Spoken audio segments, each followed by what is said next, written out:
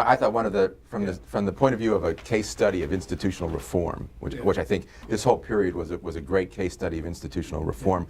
What was critical is we had that grassroots foundation that you had talked about, and it was bubbling at the time. I mean, it was really enthusiastic, but it would have been killed off if the top of the organization, if the top of the institution didn't support it. What became critical when you became commandant is we now had top cover, and we were protected to do whatever we want. I mean, so there was now freedom to do this stuff, and we were being protected from the top. And one of the first things you did is you said, "All right, now it's time to write my manual," and you know, we were off and running with it. Well, he participated in that discussion too at first. Yes, sir. Yeah, he helped because I held off a while. You know, I took over in '87.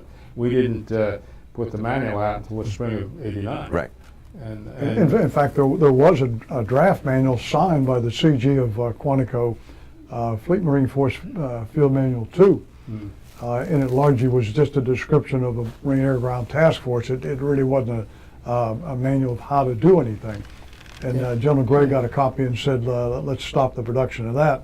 And so we, down here at Quantico, it was stopped, and all the copies were pulled back.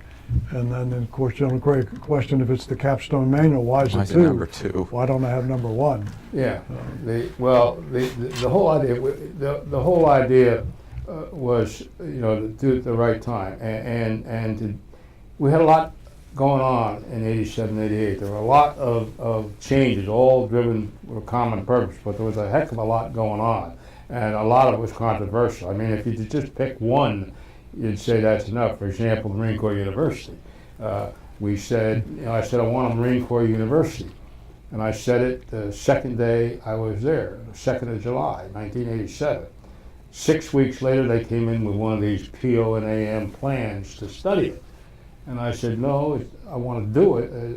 It's already been studied. In 1968, when General Masters was here at Quantico in charge, he had a study done by reserve officers, and it was titled Towards the Marine Corps University, several red volumes. And I was always one of Masters' guys, and Masters sent for me to look at it. And so I looked at it, studied it, and made a few recommendations to him and so on. General Masters and I went way back to the early days in intelligence and stuff like that. And so he gave me the study. He said, here, they're not going to do it. And one of the big reasons that we did not qualify to be a university was because Breckenridge Library wasn't big enough. And that's where that came from. So I kept the study in a footlocker.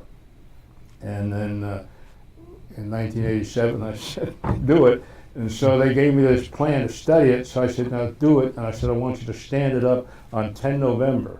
Do you know what that date is? Remember that? And of course, everybody knew it was Marine Corps birthday, and so they stood up the university. I said, we'll fill in the blanks later.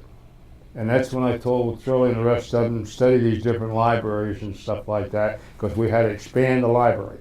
I knew what kind of library I wanted. I wanted the one down at Maxwell. I had been down there about 30 times, giving guest lectures and stuff like that. They really had a great program, but I let them figure that out, and they finally did. And then we didn't call it a library, we called it a research center, because a library has an administrative connotation, and Congress wouldn't buy that. And we talked DOD out of $10 or $15 million to get started, and the rest is history. We also used third-party money. We got the Command Staff College Foundation to buy all the inside of the research center and stuff like that. As I recall the story, there was Arnie Pernara, who was Senator Nunn's senior staffer on the Senate Armed Services Committee, was able to identify funds, but it required 3 other committees' approval. 2 very quickly approved these funds, but because in the scale of things wasn't much in D.C., but another committee wanted to know why would the Marine Corps need a library, implication being that it wasn't the intellectual output we know it to be. So, but he quickly overcame that, and we had the money, and it was done inside the palm, which is almost unheard of.